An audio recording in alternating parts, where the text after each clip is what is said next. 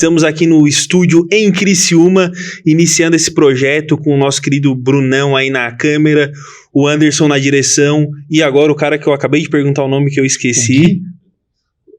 Jonathan no áudio. Muito obrigado, Daniel, por atrapalhar a minha apresentação, cara. Eu sou o Ernesto e eu vou comandar esse podcast aqui com vocês, esse piloto que eu espero muito que vá ao ar, torço muito para ir ao ar, nesse nosso chroma key que pode ser uma tela com o símbolo de Criciúma, que eu não sei, eu tô só apontando aqui, eu não sei se vai aparecer o símbolo de Criciúma, a bandeira de Criciúma ou não, quero muito que apareça. Vou começar aqui apresentando o meu querido parceiro Daniel Acorde Pizzetti. Uma salva de palmas. Pode bater palma? Muito obrigado. Pode bater palmas, sim, obrigado.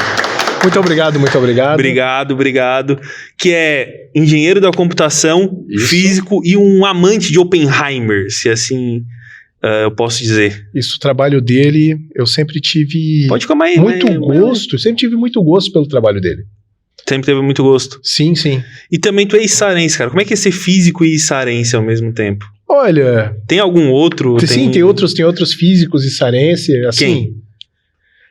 Professores de física. Professores de física e içarense. Içarense, vamos lá. Eu trouxe aqui basicamente o Daniel pra gente abordar o filme do Oppenheimer e quem foi o Oppenheimer, o que ele fez, o Projeto Manhattan, que é o que tá em voga ultimamente no imaginário popular com o filme recente que saiu. Fazem alguns anos da Segunda Guerra, que eu não vou saber quantos anos fazem, mas coincidentemente lançou esse ano o filme. Então, Daniel, o que te levou a estudar física? O que te levou para esse campo? Por que tu foi para esse campo? Bom, na verdade, desde ali da minha pré-adolescência, eu tinha o meu sonho era trabalhar com rádio. Na verdade, não era trabalhar no rádio, era criar uma rádio. Não era seu Adelor Lessa? Não. Eu queria criar uma estação de rádio, ter uma estação de rádio para exibir, para tocar o conteúdo que eu gostava de ouvir. Tipo, Nat King Cole, Little Richard, Jive Bunny, Elvis. A maioria, o jazz, blues e rockabilly. Sim, bem específico. Não, bem específico. Então, eu sabia que só eu mesmo ia ouvir, então a minha paixão começou nessa questão. Nas antigas a gente ainda comprava revistas que vinha de sistema de circuito eletrônico e tudo mais, tal.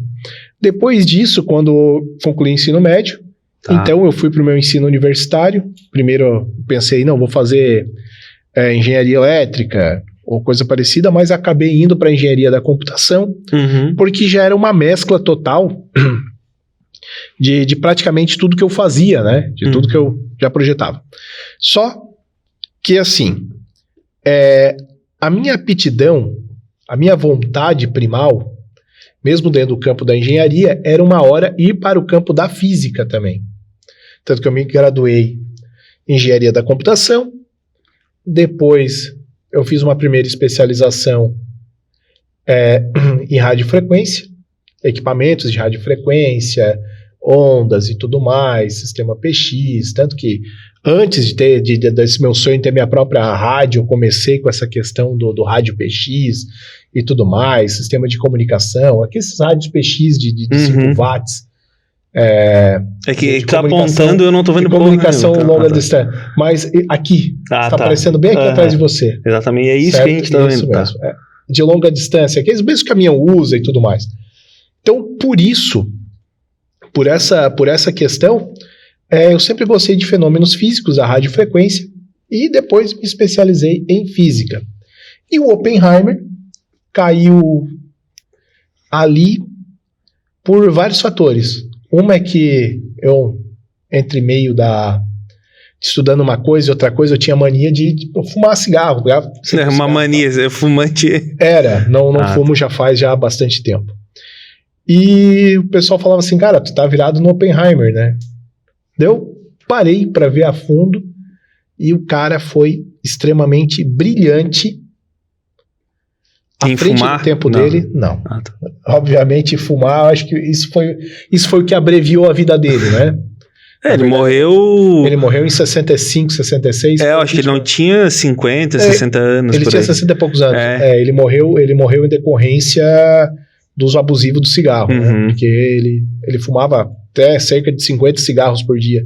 O cara, pra ele não... E a tua paixão pelo rádio te levou a estudar física. A minha paixão pelo rádio me levou a estudar física pra... Mas a física que tu foi estudar não é a física nuclear necessariamente. Não. Tem vários campos da física. Tu foi estudar a física teórica. A física teórica, que era o... Isso, a física teórica simples, a física teórica básica, certo?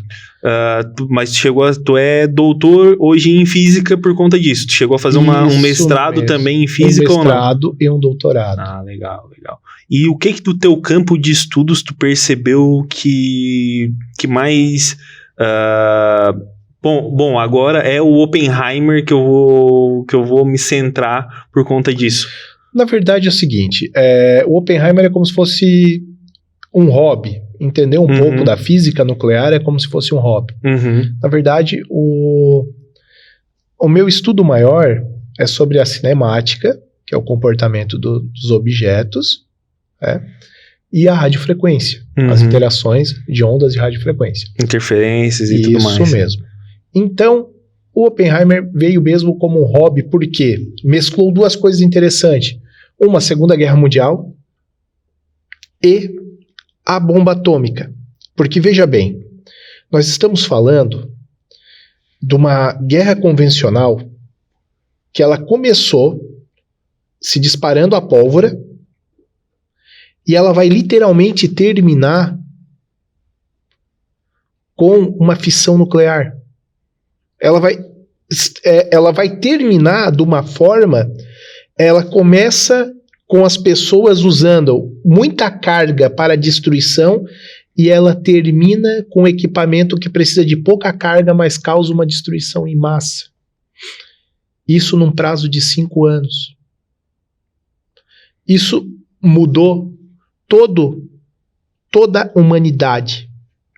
Sim. Não só mudar toda a humanidade, mudou todo um contexto geopolítico. Tanto que hoje nós vivemos à mercê desse contexto geopolítico. Sim.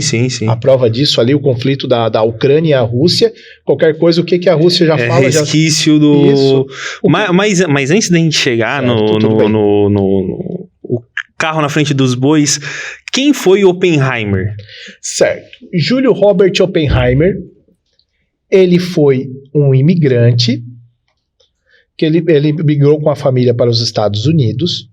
Ele era de ascendência judaica, ele era judeu, não declarado, não tão crente assim, mas era judeu.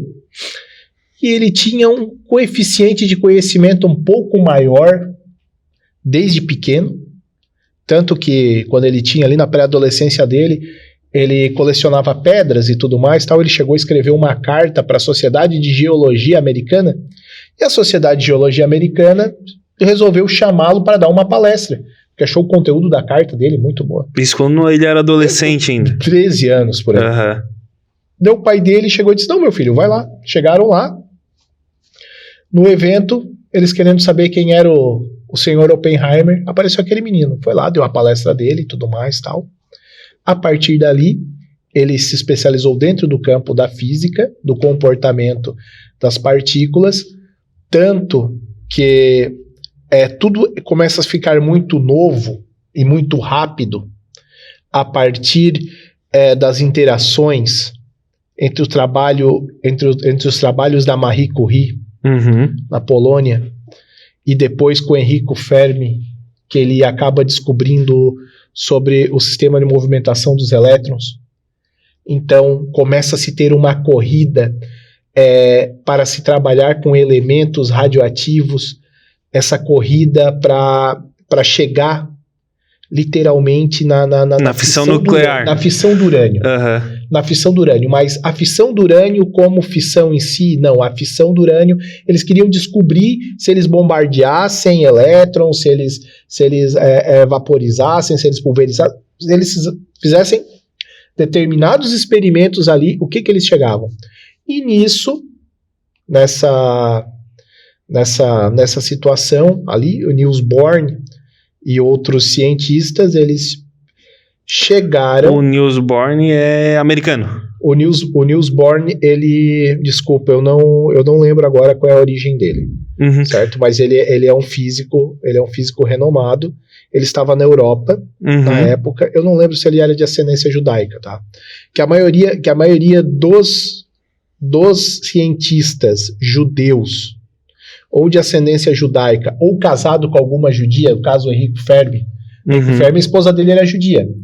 Em 1939, em 1937, eu acho que ele se mudou para os Estados Unidos. Por quê? Já sabia, pô. Vamos me pegar aqui, vamos então pegar. É porque já era uma tragédia anunciada. Mas engraçado, desculpa até eu te cortar e tudo mais. Os primeiros estudos de fissão nuclear com urânio e tudo mais, não sei se é o termo correto, fissão nuclear, eles iniciam na Polônia, com a Alemanha ascendendo ao... Não, muito antes. O Hitler, ele já era... ele já não estava no contexto?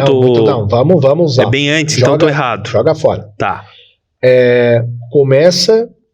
Quem vai trabalhar primeiro vai ser a Marie Curie e o marido dela. E... Isso é... Nós estamos falando ali beira de 1900. Não. Nos Estados Unidos ou na Europa? Na Europa, sim. Todos esses grandes acontecimentos, o Clube do Urânio, todos esses grandes acontecimentos, tá, da física, no campo da física, a partir da contextualização total da teoria da relatividade de Einstein, toda essa questão ela vai ficar praticamente enraizada, ela vai nascer ali, o cerne dela vai ser na Europa. Então, o que acontece? Eles vão colocar, fazer os primeiros estudos, os primeiros experimentos, e uma coisa e outra coisa, e assim por diante. E todo mundo vai ser feito um artigo científico, depois do Enrico Fermi ali com a descoberta do modelo do elétron. Vão começar Niels Bohr, o pessoal ali. Sim, eles começam a produzir conteúdo acadêmico. De como fazer a fissão e não sei o que, tal. Até que eles chegam, beleza, a fissão existe. O primeiro relutante disso, da fissão, tecnicamente, não é que foi relutante, é que pensou, não, isso não vai dar certo.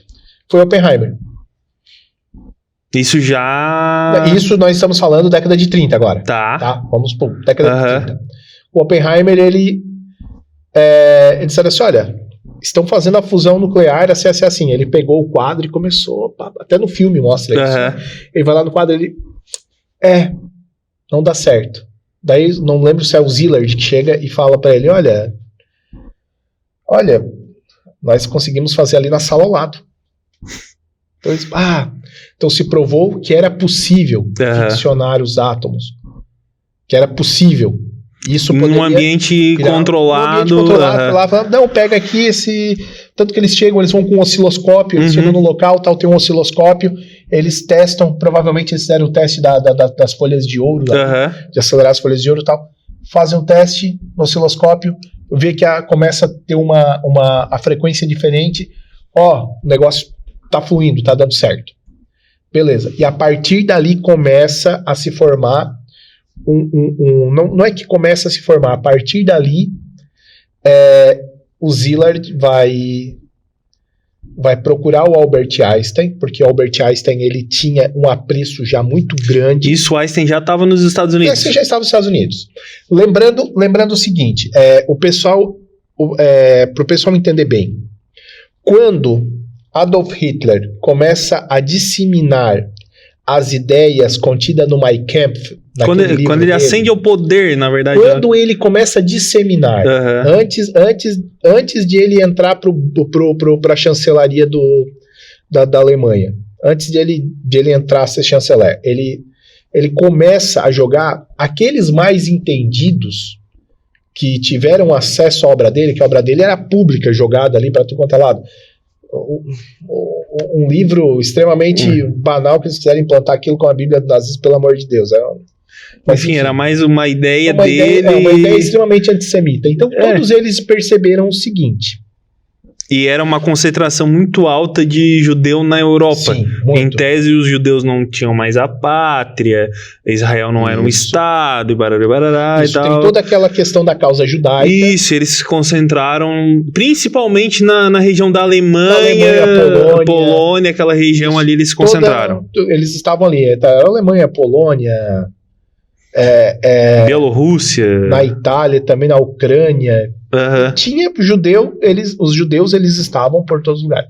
A contribuição judaica foi maravilhosa para a nossa sociedade, tanto que muita coisa que a gente tem hoje, a maioria dos cientistas, obviamente, judeus. E os judeus, eles, na época, eles podiam trabalhar, se eu não me engano, em poucas atividades, não eram não necessariamente, todas... não, mas isso daí foi só na questão do Reich, né? Mas por isso que tu encontra muitos judeus bancários, por exemplo. Sim, não, é porque na verdade eles eram ótimos negociantes, né? Sim. E eles também, eles eram muito bons na detenção do capital. Então, o nacionalsocialismo, ele vai nascer, primeiro lugar, é que já tinha aquele apreço, vamos manter a ideia ariana, vamos acabar com nós vamos acabar com o judaísmo.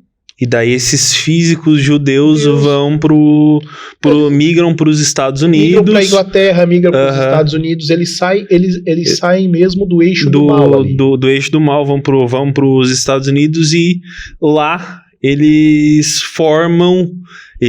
vão para as universidades, Isso mesmo. E lá nos Estados Unidos, quando eles vão para lá, eles começam a trabalhar nas universidades em busca justamente dessa fissão nuclear, né? Não, eles começam a levar o projeto deles e a partir dali, dos primeiros artigos sobre a fissão nuclear, eles começam a aprimorar. Por quê? Temos que pensar o seguinte, assim como os Estados Unidos só tiveram interesse em fazer a bomba atômica devido à carta, voltando à informação da carta, que o Einstein Szilard escreve uma carta para o presidente Roosevelt, senta com o Einstein e fala: professor, nós temos, infelizmente, isso vai ser um mal necessário, porque é melhor que caia nas mãos do bem do que nas mãos do mal. Em outras palavras, ele quis dizer isso. O Einstein assina. Essa foi a única contribuição direta do Einstein, de frente do Einstein, a todo o projeto Manhattan. E cessa por aí. Vai até o presidente Franklin Delano Roosevelt, ele lê, o que nós precisamos agora? Que eles detalham ali os riscos, olha, pode ser colocado num barco e tal, isso pode explodir uma cidade, barará. Eles colocam, na verdade, os riscos a carta que o Szilard faz empenhando os riscos do que seria esse armamento nas mãos erradas. Então, se inicia a partir dali vai se iniciar a partir dali uma associação estatal para angariar todos os cientistas, montar um projeto, e esse projeto teria que sair pronto a bomba atômica. Eles tinham que fazer essa arma de destruição em massa. Pronto. A base principal é essa. Então, Leslie Groves, que ele era um major, ele não era cientista, Leslie Groves, ele era um militar, ele havia construído o Pentágono, foi o batalhão dele que construiu o Pentágono. O Pentágono é velho. Sim. Então, ele foi chamado para dar todo o suporte para esse grupo que faria o projeto Manhattan. E foi definido, um dos nomes a ser definidos para comandar esse projeto foi Oppenheimer. Por que Oppenheimer? Porque, primeiro, Oppenheimer ele conseguia ter uma visão da situação além. Ele já via pronta. A coisa deu certo, tá pronta aqui. Tá? Outra, o Oppenheimer tinha muito conhecimento e ele tinha muita entrosamento de fala com o pessoal. Apesar que ele era, hoje tem muitas torrentes aí que dizem que ele seria dado como uma pessoa com síndrome de Asperger. Tem até uma cena do filme que demonstra meio Paulo Cogos, assim. Mas vamos chegar lá. Então, o que acontece? Eles nomeiam o Oppenheimer, só que tinha um problema. O Oppenheimer ele tinha um passadinho aí meio escuso, porque... Teu passado te condena. Não é que era escuso, é que era o seguinte, ele era a favor, como muitas pessoas, como muitos intelectuais foram na primeira metade do século XX, sim. no primeiro um quarto ali do século XX, eles tinham um apelo muito grande ao marxismo. Tá. A questão da luta de classes, a questão da união para o trabalho, que nada somos nesse mundo, então sejamos produtores e tudo mais. Então o Oppenheimer ele tinha algumas ideias, que essas ideias foram deixadas de lado, porque o mesmo leu o Capital 1, 2, 3 vezes, então ele sabia muito bem o que estava falando, e aquilo para ele não era de suma importância. Então havia um pouco de pé atrás de pôr o Oppenheimer no projeto para comandar. Que em tese ele era um comunista na guerra nos Estados Unidos. Ele era um comunista na guerra nos Estados Unidos, sabendo que a Rússia, a União Soviética, obviamente, queria esse projeto também. Tanto que o projeto foi vazado. O projeto depois foi vazado. E então o que aconteceu? O Leslie Groves vai falar com o Oppenheimer, diz assim, tá, esse pessoal tem que começar a trabalhar. Beleza, então para eles trabalharem é o seguinte, tem um local no Novo México chamado Los Alamos. Los Alamos é um altiplano gigantesco. Em Los Alamos nós vamos ter que construir uma cidade. Por quê? Você quer que... São cientistas, não são militares. Se você quer que eles venham, vocês vão ter que trazer uma infraestrutura para eles. Para a família deles. Casa, parque... uma condição de vida, né? Uma condição de vida. Eles vão ter que estar dentro daquela cidade para poder trabalhar e poder desenvolver, obviamente, o artefato. Tá, tudo bem. Então, o Groves faz aquilo ali. Mas já existia uma cidade, Los Alamos. Sim, Los Alamos já tinha uma cidade um pouquinho fora. Era tipo Cocal do Sul, assim, estrutura digamos que seria assim, Cocal do Sul e vamos botar que seria Uruçanga, mais interior. Não, vamos colocar assim, ó, que seria que a cidadezinha de Los Alamos fosse Treviso? Não, vou começar a chutar a cidade. Isso mesmo. Fosse Treviso, e o local mesmo onde é que eles montaram toda a estrutura para fazer para execução do projeto, não em Álamo Gordo, onde foi colocado a Trinity na torre. A Trinity foi o primeiro artefato, tem até a imagem da Trinity ali. O pessoal dá uma olhada, que eu vou até explicar o formato dela. Tá, aqui, qual que é o formato dela? Eu não estou vendo, lembrando que eu não estou vendo. Esse formato em gomos, certo? Esse formato em gomos com um núcleo no meio. Tá. Certo? Então, até mesmo ali que foi lá em Álamo Gordo, foi um pouco para frente. Então, por exemplo, o laboratório ficava para dentro do mato, a cidadezinha de Los Alamos, onde eles usaram até o colégio como laboratório. Isso aí tem uma história muito, muito legal desse colégio. Tem várias histórias, né? Que eles aceleraram a formatura da galera. Ah, sim. Vai. Vamos. O que é um semestre? Vamos embora. Então, a partir dali, eles começam a fazer o trabalho deles. Então, eles tinham duas situações. Porque no enriquecimento do urânio, qual é o primeiro problema deles? Era pegar o urânio, enriquecer esse urânio, para fazer um núcleo estável, de 238, ele tem que ser 235. Ele tem que ser enriquecido, tem que ter um decaimento maior, aumentar isótopos, para eles fazerem a bomba. Tá. A partir dali, tem um subproduto do urânio, que é o plutônio. Que é a mesma... É um subproduto. É um subproduto. Tipo etanol e gasolina. Não. São duas matrizes energéticas diferentes. Não, mas que eu digo, se botar no motor, funciona igual.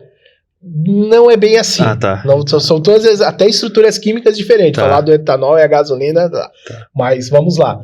É um subproduto ali do enriquecimento. Você tira o plutônio.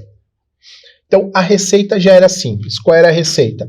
Era ter esse dispositivo, Tá. o urânio, ele ficaria condicionado, ele seria comprimido, ele seria detonado até que ele chegasse na massa crítica dele. Ao chegar na massa crítica dele, ele ficaria instável, começaria a se partir e vai se partindo, entra naquela massa crítica, o negócio todo explode, uma tremenda bola de fogo, vai até onde os átomos conseguem se dividir, ela vai estourando. Uhum. Quando ele passou todo aquele caimento, o que você vai ter ali? Vai ter a onda de choque e vai ter todo o resto dos fenômenos físicos de uma explosão. Que tem imagem, já que tu pediu pra colocar, também vou pedir pra colocar aquelas de Hiroshima e Nagasaki. Isso, as pessoas praticamente tatuadas na... Sim, ficaram as sombras delas. Por quê? Porque a luz foi mais rápida do que a luz. Os raios de luz foram mais rápidos do que o resto do choque, da explosão. Mas de fato as pessoas elas foram desintegradas. Uma boa parte delas, sim. Aquelas que estavam no epicentro, onde a bomba, onde o artefato detonou, aquelas que estavam ali no epicentro mesmo, foram varridos. A 14 quilômetros ou a 8 quilômetros, tem até um documentário na internet, a moça ainda está viva, a senhora já, que ela estava num bunker, que era um bunker de comunicações japonês. E ela foi arremessada dentro do bunker e tal, e sobreviveu. Mas ela, segundo ela, o cenário era devastador. Porque ela não pegava os estilhaços. Sim, ela não pegou os estilhaços. Estava embaixo da terra, ela não pegou os estilhaços e não pegou também uma parte da onda de calor ali, né? Da primeira onda. Claro, depois você pegar outros tipos de radiação e tudo mais, tal, que não se tinham cuidado, tanto que, voltando lá, bem lá atrás, Marie Curie morreu vítima da radiação. Eles não queriam nem saber. Só foram ver qual eram os efeitos da radiação um pouquinho depois. Mas basicamente porque começaram a ver que todo mundo morria. Começaram a ver que o negócio ficava... que parava de se ter a massa crítica, parava tudo, mas ainda existiam os efeitos do rádio dos átomos que ficaram ali e estavam irradiando. Montaram um projeto Manhattan, começaram a estruturar ele. Começaram lá em 40, foi em 42, foi em 41, foi entregue a carta, então logo eles começaram. 42 eles começaram. 42 eles já Só que antes eles já estavam nas universidades separados estudando. Na universidade, a gente tem que pensar o seguinte. Universidade, para se ter um aparelho daquilo ali, primeira coisa, onde conseguiu urânio? Urânio veio de fora. Veio da África. O urânio ele veio de fora, ele veio da Europa, ele veio de fora. Se não tivesse um financiamento, eu acho que foi o único programa estatal que realmente deu certo, assim, em tempo, em prazo e tal. O programa estatal americano, que os Estados Unidos enfiou dinheiro mesmo, que deu 100% certo, porque ali eles tinham toda aquela corrida, porque se não tivesse muito dinheiro, tanto que eles tinham que enriquecer o urânio, para enriquecer esse urânio, era fábricas em outros lugares. Por quê? Porque o nome do projeto era Projeto Manhattan. Manhattan não é Nova Nada York. a ver com nada, é Nova York. Então vocês falam assim, o que eles estão fazendo? O Projeto Manhattan. O que é o Projeto Manhattan? É uma coisa ali ligada, porque eles estão ampliando isso na Nova York. Tá, o Projeto Manhattan. Ninguém vai. Diferente, por exemplo, dos alemães que tinham o uranium. É que o alemão, ele... Não, eles eram secos no negócio. Eles se orgulhavam de tudo que eles estavam fazendo. O americano, ele já escondia pra... Não, claro, eles tinham que e também, em tese, esconder entre aspas, é porque a Alemanha tinha muita fronteira, Estados Unidos... Não, meu querido, tinha que esconder da União Soviética. Isso é a União Soviética. Tem que pensar que do outro lado, os caras também estão envenenados. O Trotsky morreu foi no México. Não, mas... Não? Não foi. Sim, foi. Mas já é outra história. Mas sim, voltando ali. Não vamos... Demos 30 minutos, cara. Olha só quanto tempo a gente tá conversando. Já? Nossa, graças ao nosso querido que eu vou esquecer teu nome, cara. Jonathan. Me avisou, cara. Estamos 30 minutos falando de Oppenheimer. Vai, continua. Vamos lá. Enfim. Então... Se ninguém dormiu até agora, estamos a 30 minutos falando de Oppenheimer. Estamos a 30 tá interessante a câmera com cara de maconheiro, tá? Descobrimos que é parente do Daniel. Pois é, rapaz. Mas, enfim, desculpa esse corte abrupto, vai. Tá, vamos lá. Foca Manhattan, projeto. Tá. Eles de 42 a 45, 3 anos. Eles têm, entre aspas, uma evolução. Cara, a carta foi entregue em 39. Comparável à vacina da Covid-19, se fosse comparar a velocidade de produção da. Não, vamos lá. Não, que eu digo o tempo deles produzirem tudo. Assim, né, na verdade, eles eram meio que a toque de caixa, né? Porque o problema deles não era produzir, o problema deles era. Puxa o braço pra não. Desculpa. O problema deles era enriquecer urânio suficiente para fazer o artefato. Daí eles produziram plutônio para... É o subproduto. O plutônio vai vir de brinde. Entendeu? O plutônio iria acabar vindo de brinde de um jeito ou de outro, eles iam produzir os dois. Então, enfim. Com o artefato montado, eles precisavam fazer um primeiro teste. Só que daí a gente tem um problema, que em 45 a guerra já estava acabando. Existia um projeto alemão para bomba atômica? Existia. Parecido com... A receita praticamente era a mesma, só porque para desacelerar o decaimento eles usavam água pesada, era uma outra história, tanto que o engenheiro-chefe o engenheiro-chefe, que eu não lembro o nome dele, o Werner Heisenberg. O engenheiro-chefe do projeto alemão da bomba atômica, o Werner Heisenberg, ele jurou que o que a Alemanha estava tentando fazer a bomba, porém, eles estavam atrasando de tudo quanto é forma para que a Alemanha não tivesse sucesso nesse resultado. Mas se nós formos parar para pensar, todo o empenho, mesmo o Heisenberg, mesma equipe do Heisenberg, que todos eles depois pularam, uma parte foi para a União Soviética, outra parte foi para os Estados Unidos, depois da Segunda Guerra Mundial, pensar desde a lógica de trabalho alemã, que era dizer que era matemática de judeu, a física, e além disso subestimar muita coisa. Sim. E por mais que fosse uma arma de produção em massa, para eles era mais do que uma magia, então eles precisavam queimar muita coisa nos esforços de guerra, e nós estamos falando de uma nação que era uma nação assim, que não era suficiente, que não produzia petróleo, que não produzia nada, que tinha que fazer uma guerra com a União Soviética para tomar o Cáucaso, para ter petróleo, porque ela precisava de muito petróleo para queimar. É uma nação que provou que quando acabou a força aérea deles, eles principalmente acabaram, eles se detonaram. Então, eles demorariam, se a guerra tivesse durado 20 anos, eles levariam uns 20 anos para fazer a bomba. Diferente, tá todo mundo aqui, nos Estados Unidos, tá bem grandão, aqui Los Alamos, tá tudo certinho, o dinheiro tá vindo daqui, o dinheiro tá vindo de lá, tem material, tem isso, tem aquilo, tem aquilo outro, tal, beleza. O Oppenheimer vai, chefia todo o projeto, é feito. Ele leva tudo como tem que ser. Ele ajeita, ele sabia conversar, ele sabia lidar, tanto com os militares, como ele sabia lidar também com o resto, com os cientistas. E ele era respeitadíssimo. Sim, Claro. ele era o chefe de tudo. Ele deveria também ser um dos caras mais velhos ali. Não, ele não era mais... Não, tem o Fermi, tá, tinha os caras mais velhos, tinha o Zilardo, eu acho que era mais velho que ele também. Uhum, Mas é que é o seguinte, ele era um cara extremamente competente.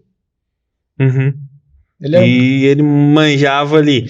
Não, e ele manjava tanto... E tá, a bomba ela é lançada em 45. Não, vamos chegar lá, a gente não chegamos, Tá. não chegamos, não estamos no cerne da coisa. Tá, vai. Então o que acontece? Elemento núcleo pronto. Bomba montada. Vamos testar a primeira bomba, a Trinity, a Trindade. Uhum. E agora? Como é que essa bomba vai ser lançada? Ela vai cair no chão, vai explodir? O que vai acontecer? Pelos cálculos que eles fizeram, obviamente, a bomba ela precisaria ter uma determinada altura para que ela tivesse um ponto de ação bem determinante. Então foi assim que eles fizeram. Se vocês verem, a Trinity, ela é colada com esparadrapo, um monte de coisa, porque cada fio daquele ali é um sensor de detonação. Sim. Ela possui aquele núcleo no meio, aquela bolinha que tem no meio da bomba, Uhum. é o núcleo, ali onde é que está o elemento radioativo. E o que está em volta, esses outros triângulos ali, essas pirâmides, aquilo é TNT, explosivo. Por quê? Aquele explosivo, na hora que ele detona, ele vai comprimir toda aquela massa e vai fazer com que ela entre na massa crítica e comece a magia a partir dali. Então, essa vai ser literalmente a situação da bomba atômica. E assim eles fazem. Vão lá, em Alamogordo, coloca a bomba na torre, vão, tal, e fazem o teste. Eles testam primeiro nos Estados Unidos. Sim, eles testam nos Estados Unidos, lá em Los Alamos. Uma bomba pequena, lá e blum, vê. Daí foi onde ele... Isso em 45 ou antes? Isso em 45, isso já no teste para... Já em poucos meses para lançar em Hiroshima e Nagasaki. Que Hiroshima e Nagasaki ela foi escolhida. Hiroshima e Nagasaki elas foram escolhidas depois de muita conversa, porque o primeiro ponto era Kyoto, né? Mas por que o Japão? Por que não Itália, Alemanha? Bom, a guerra terminou na Europa, mas a guerra continuava no Pacífico. Tá. O que acontece? Os Estados Unidos foram invadidos, foram a única invasão na Segunda Guerra Mundial no território americano, no Havaí, em Pearl Harbor. Os Estados Unidos foram invadidos pelos japoneses, que lançaram uma ofensiva aérea em Pearl Harbor, detonando parte da frota americana no Pacífico. Uhum. A partir dali, a guerra se estendeu pelo Pacífico, porque o Japão queria áreas de domínio do Império Japonês, como toda a Manchúria, toda a Coreia e toda a costa até a Austrália. Eles queriam toda a parte tudo do Pacífico tudo até a Austrália. Eles queriam tudo. Terminaram com uma ilha então, desse naquelas tamanho. ilhotinhas deles ali, Manila nas Filipinas, Guam e assim por diante, eles dominaram tudo aquilo. Foram pegando tudo. E os esforços de guerra americanos, que os americanos eles estavam em duas frentes de batalha. Uma na Europa e a outra frente de batalha no Japão. Os japoneses não iriam parar. E a Rússia e a União Soviética precisavam de fôlego para, se porventura o Japão subisse em direção à União Soviética, para então fazer uma eles escolheram o Japão, a dedo praticamente. Isso, acabou a guerra na Europa. Acaba a guerra em maio de 45. E aí, galera, o que a gente vai fazer agora com a bomba atômica? Vocês lançam em agosto, né? Vocês lançam em agosto. Nós vamos jogar ela no Japão. Vamos jogar no Japão? Como? Por quê? Porque sim, vai ser no Japão. O presidente Roosevelt havia morrido no final do ano. E quem assumiu foi o Truman. Então o Truman nem sabia direito o projeto Manhattan, foi tudo confidencializado a ele e tal, e tudo mais. Ele disse, não, beleza, nós precisamos parar o Japão. Porque o Japão não ia parar. O japonês, ele não iria parar. A prova disso... O oriental é muito... Sim, eles têm... A doutrina deles com o imperador, aquilo ali não era só uma luta. Aquilo ali era uma perpetuação do Japão. Então ele não iria parar. O que eles fizeram? Foram lá e propuseram para eles, olha, nós podemos destruir boa parte do Japão. Lembra o que foi a noite lá da Operação Tocha? Acho que era Operação Tocha, desculpa, eu estou enganado, depois alguém corrige aqui. Eu acho que não era Operação Tocha. Então... não, acho que não era Operação Tocha, eu tô confundindo. Enfim. Mas teve uma noite que eles bombardearam Tóquio com napalm. Que é o quê? Napalm é uma geleia feita de gasolina. Pegou fogo.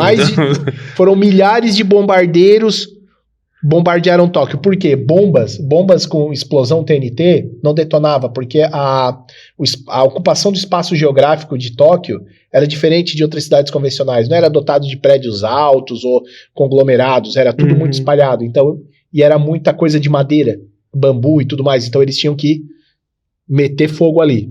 Então, eles incendiaram Tóquio inteira. Beleza, isso não surtiu efeito, não deu desespero, porque o que os japoneses já pensaram? Tá, os caras fizeram isso, olha o quanto de material, de empenho, tudo mais que eles gastaram para fazer isso daí. Tu acha que os caras vão fazer essas operações aí direto? Não tem como, é muito deslocamento.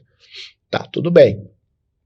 E a visão de esforço de guerra dos japoneses era diferente dos americanos. Eles não tinham grandes fábricas fabricando. Por exemplo... porque também o espaço físico deles é menor. Cada dona de casa... Por exemplo, a dona Michiko lá tinha uma caixa de munição e estava montando munição para fuzil. A outra estava costurando uniforme de soldado. A outra, tudo muito espalhado. Então eles foram no local que eles sabiam que era uma área tecnicamente industrial de esforços de guerra do Japão e lançaram a bomba. Deu no que deu. Beleza, lançaram a bomba. O que o Japão faz? Ah, tá. Vocês não devem ter outra. Uma bomba dessa daí? Vão ter outra? Eles lançam, se eu não me engano, dia 11 e dia 19. Dia 9... um troço assim, na mesma semana. Foi dia 9, foi dia 6 e dia 9. Dia 6 eles lançam uma. 2 dias depois eles lançam em Nagasaki. Bum! Lançou em Nagasaki da coisa, desesperou. Eles chegaram e disseram assim pra eles, olha... A gente não, a cada 3 dias, nós conseguimos mandar uma bomba aí que vai ter um poder ofensivo indireto de 100 mil pessoas para a vala. E daí, magicamente, o Japão... o Japão... Me equivoquei e vou parar. Não, ele decide se render, porém com uma condição. Era uma rendição incondicional. Porém, os Estados Unidos impôs uma única condição ao Japão. Que fosse preservado o imperador. Por quê? Interessante essa pergunta, né? Veja bem, a União Soviética, ela estava praticamente impetrada num regime socialista. As Coreias, a China e tudo mais, todas elas já começando com pequenas revoltas socialistas. Se cai o Estado no Japão, porque o imperador é o Estado, se cai o Estado... o Japão se tornaria também socialista e os Estados Unidos perderiam uma hegemonia, uma base estratégica naquele lugar. Eles iriam perder ali um ponto estratégico. Entre aspas, eles renderam 2 vezes. Então, eles renderam o Japão e foram na corrida. Por quê? Porque o momento que o negócio foi rendido, mano, pra a União Soviética invadir também... esse pedaço aqui, vamos dividir aqui, vamos fazer um meio a meio como nós estamos fazendo na Europa. Era 2 palitos. Então eles pegaram e fizeram se render, mantiveram o Estado, porque se tem o Estado, obviamente, vai se manter todo o sistema econômico e tal, tudo mais, e começou aquele plano de reconstrução do Japão e tudo mais. A guerra acaba em 45, em 50 criam o Estado de Israel, fazem os tribunais ali e tudo mais. Isso. E, se eu não me engano, em 50 que eles assinam o Tratado Nuclear. 1969 começou a valer em 1970. Enfim, por essas... Eu também sou ruim de datas. Vamos voltar ali pra gente chegar. Mas, enfim, eles assinam o Tratado Nuclear, de não soltura de uma bomba e tal, apenas alguns países que participaram da guerra podem produzir, e eles iniciam uma produção inicia-se a Guerra Fria e uma produção desenfreada de bomba. Certo. O acordo nuclear, vamos lá, pra gente entender o acordo nuclear. Acabou a Segunda Guerra Mundial, tudo mais. Os soviéticos chegam para os Estados Unidos e falam, nós sabíamos que vocês estavam fazendo uma bomba. Não sei o que. Tipo uma esposa traída, assim. Porque faz 2 anos que não tinha nenhum artigo científico de nenhum cientista falando sobre urânio. Uhum. Não, eles pegaram... Então, foi o argumento que eles... Mas, o projeto depois, um deles vazou o projeto, eu não lembro mais qual é o cientista, vazou o projeto, foi por causa disso, começou todo aquele processo contra o Oppenheimer, que o Oppenheimer, em 1956, ele vai perder o ticket dele de segurança, porque vão acusar ele de socialista, de ter vazado os planos da bomba. Foi ele ou não? Não foi ele. Não foi ele, nem perto de ser ele ou coisa parecida. Uhum. Tanto que ele tinha lá os seus problemas, ele tinha lá o... Não, pode continuar. Ah, tá, não. Enfim, vai. Tá. Ele tinha os seus problemas e tudo mais, tal, porém ele era uma pessoa muito ligada à causa, ele era extremamente... Aqueles americanos raiz. Raiz. O filme mostra muito bem. Uhum. Apesar de que o filme tem alguma... entrando bem na história do filme. Assim, a gente sabe que tem muita licença poética, principalmente das interações entre Einstein e o Oppenheimer. Claro. Eu acho que se ambos deram um oi ali nesse na vida real todo. Foi muito. Não, na vida real não, eles tiveram longos projetos, mas nessa linha aqui de projeção ali do filme, acho que se eles trocaram um oi foi muito. Uhum. Outra questão ali que fala Lembra que eu falei que ele poderia ser dado como síndrome de Asperger, coisa parecida? Sim. Por quê? Tem uma hora que um dos cientistas depõe contra ele numa sala, que, cara, o que fizeram com o Oppenheimer foi uma sacanagem. Depois eles levam o cara para uma sala e faz ele ter uma confissão. Todo mundo trabalhava com ele, tu tinha isso, aquilo outro. Tal lugar aquele dia, a esposa dele você tá do lado, ele assim, tal lugar aquele dia tu tava lá com a tua amante, tava lá fazendo fizeram o interrogatório dele. Não, o negócio foi ali, foi mesmo eles queriam escrachar mesmo. Tem muitas questões em volta. Uma delas também é o seguinte, é que ninguém sabia ao todo, porque você cria uma arma de destruição em massa. Sim. Tecnicamente, suponhamos que o Japão não se rendesse. Aquilo ia virar um genocídio. Tão igual ou pior, quanto o genocídio nazista. Interessante. Falando isso com total respeito às vítimas de ambas as situações, que quer queira, quer não, numa guerra, todos são vítimas, mas os verdadeiros culpados, obviamente, assinam, né, os pedidos de tudo. De tudo. Pois bem, tão igual ou pior do que aquilo.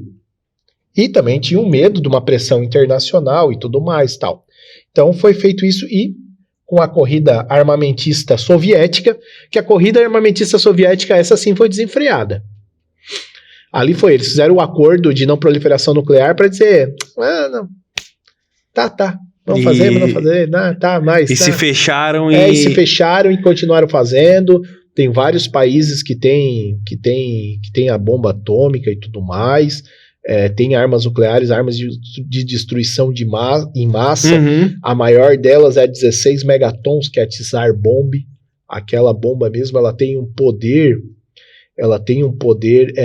ofensivo de destruir. Se fosse, por exemplo, se ela fosse lançada em Florianópolis,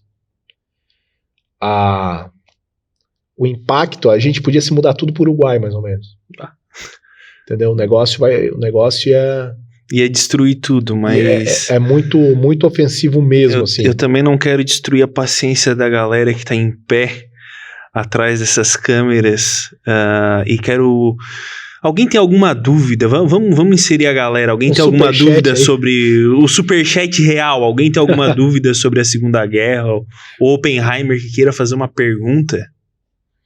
Ninguém, cara, ninguém. Temos... Tá, mas daí foi assinado o tratado de... Não, tá. O tratado. É um papel. E eles continuaram produzindo. Por que nunca mais foi solta nenhuma bomba, nem nada do tipo? Porque é o seguinte. Vamos lá. Só o fato de tu saber que você tem algo que pode destruir tudo, primeiro as pessoas ficam um pé atrás. É aquela velha história como é que é o discurso genérico armamentista. Uhum. O ladrão, ele tá te olhando, mas se você tem a arma na mão, ele vai pensar 2 vezes. Tá? Exatamente. Não se vale a regra, mas tudo bem. Uhum. Mas o que acontece? Pensa o seguinte, vamos supor que os Estados Unidos hoje resolva lançar uma bomba na Rússia.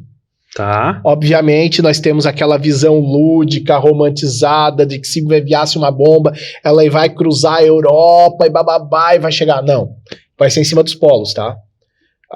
Os Estados Unidos e a Rússia fazem fronteira pelo Alasca. Tá. Então, obviamente, seria os Estados Unidos da costa oeste e a Dali. Seria isso daí. A Rússia, em retaliação, manda. E um começa a se bombardear, e daqui a pouco o outro está se bombardeando. Quando vê, cara, os caras já destruíram o mundo inteiro. Então, só o fato de saber que todos podem se destruir, ela nunca foi usada. Mas também lançaram aquela situação que era o seguinte: a bomba nuclear, tem muitas nações são propagandistas da seguinte situação: a bomba nuclear, ela veio para resolver o problema da paz. Antes da invasão do Iraque, e depois da Segunda Guerra Mundial, os Estados Unidos já tinham feito mais de 100 interferências militares pelo mundo, e muitas delas em países socialistas, dentro das guerras de procuração contra a União Soviética, e nunca foi disparada uma bomba atômica.